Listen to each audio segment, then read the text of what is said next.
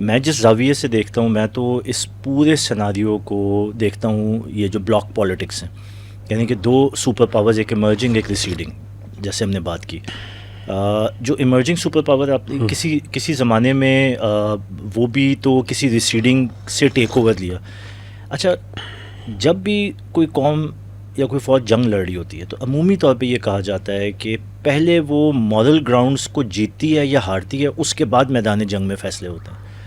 تو آپ جو بات کر رہے ہیں اس چیز میں تو بالکل واضح ہے، خاص طور پہ 7 اکتوبر، لیکن یہ بات اس سے بہت پہلے بھی جاتی ہے کہ مورل گراؤنڈ کس کے پاس ہے، ہو ہولڈز دا مورل گراؤنڈ. اب یہ ہوا ہے کہ وہ جو مورل گراؤنڈ جو ویسٹ نے فیبریکیٹ کیا ہوا تھا، اور میں یہ سوچ سمجھ کے بات کر رہا ہوں، وہ جو آپ نے کہا نا کہ جو ویسٹ میں ٹائم گزارا ہے. سر دیکھیں، مسلمانوں کے ساتھ جو ان کا گرج تھا وہ پہلے بھی موجود تھا، لیکن انہوں نے اپنے اوپر ایک لبادہ ضرور اوڑھا ہوا تھا، ایک مورالٹی کا، ہیومن رائٹس کا، ایکوالٹی کا، فریڈم کا، جسٹس کا، ڈیموکریسی کا. یہ ہم سب سنتے ہیں یہ، بلکہ ان کی جو جتنی بھی جنگیں 9/11 کے بعد سے رہی ہیں وہ تو بیسکلی ڈیموکریسی اور فریڈم کے نام پہ رہی ہیں کہ جی ہم نے دنیا میں ڈیموکریسی لے کے آنی ہے. تھا وہ لبادہ.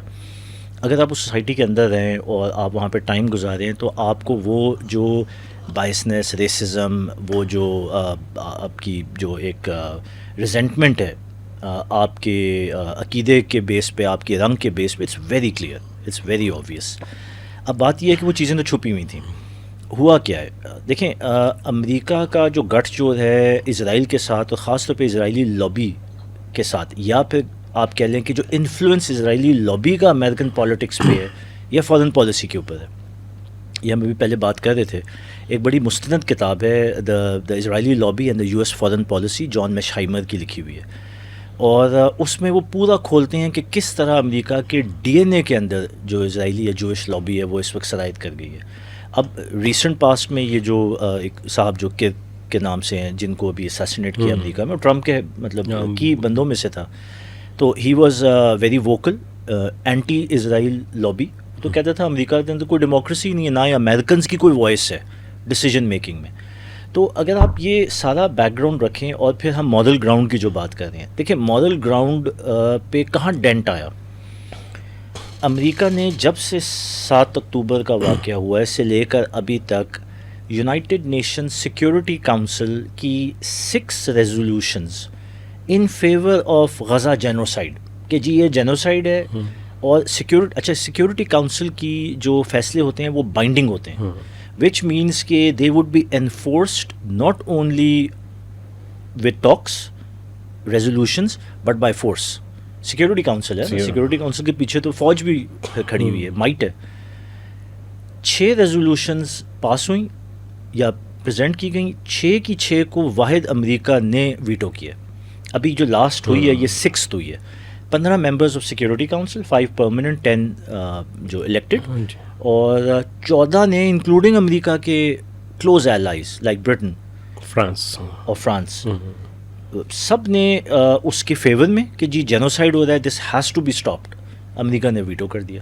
اب 6 ریزولوشن دنیا میں کس کو نہیں پتہ، چاہے اٹ ڈزنٹ میٹر مسلمان ہے، عیسائی ہے، یہودی ہے، جس کے اندر بھی تھوڑی سی morality ہے، جو خالد صاحب بات کر رہے ہیں، جو بھی تھوڑی سی انسانیت ہے، وہ کہے گا یار ظلم ہو رہا ہے، جینوسائیڈ ہو رہا ہے. امریکہ آ کے اسرائیل کے فیور میں یا اسرائیلی لابی کے پریشر میں وہ جو ویٹو کر رہا ہے، تو اس سے بڑا واضح ہو گیا کہ امریکہ does not hold moral ground. اور یہ میں آپ کو بتاؤں کہ اگر اس پورے ماضی کو، ہسٹری کو سارا اسٹڈی کر کے اگر آپ کو نتیجہ نکال سکتے ہیں، امریکہ ہیز لاسٹ دا وار، کیونکہ they have lost the moral ground. اور مزے کی بات یہ کہ جب وہ مورل گراؤنڈ امریکہ نے لوز کیا تو وہ گین کس نے کیا؟ وہ گین کیا ہے چائنا نے. جو ہی ویکیوم کریٹ ہوا، چائنا نے امیجیٹلی آ کے تو اس اسپیس کو آکوپائی کیا. چائنا نے UN کے اندر ووکل ہو کے کہا ہے، حالانکہ چائنا انٹرنل افیئرز میں بائی پالیسی نہیں دخل اندازی کرتا، لیکن اب چائنا ووکل ہو کے آ رہا ہے، یہاں تک کہ 1-to-1 ہیڈ آن کنفرنٹیشن چائنیز ایمبیسڈر یا چائنیز جو UN کا اور اسرائیل، ان کی آپس میں 1-to-1 ہیڈ آن ہوا ہے، ویئر چائنا ہیز سیڈ کہ you are doing genocide, you must stop, تم پوری دنیا کے استحکام کو داؤ پہ لگا رہے ہو. تو چائنا آیا ہے اب اس ماڈل گراؤنڈ پہ جس کے اوپر ایک زمانے میں امریکہ کھڑا ہوتا تھا. تو یہ ایک میجر شفٹس ہیں. تو ایک طرف جیسے خالد صاحب نے بات کی، آپ نے بات کی کہ ایک طرف تو یہ ملٹری گراؤنڈز، آپریشنل گراؤنڈز وہ ہمیں نظر آ رہی ہیں کہ دنیا میں یہ جو جنگیں بلڈ اپ ہو رہی ہیں، لیکن دوسری طرف یہ جو سیاسی میدان میں بھی شفٹ آ رہے ہیں یہ بھی بڑے آبویس ہے، اور یہ بڑے ان کے دورس نتائج ہوتے ہیں.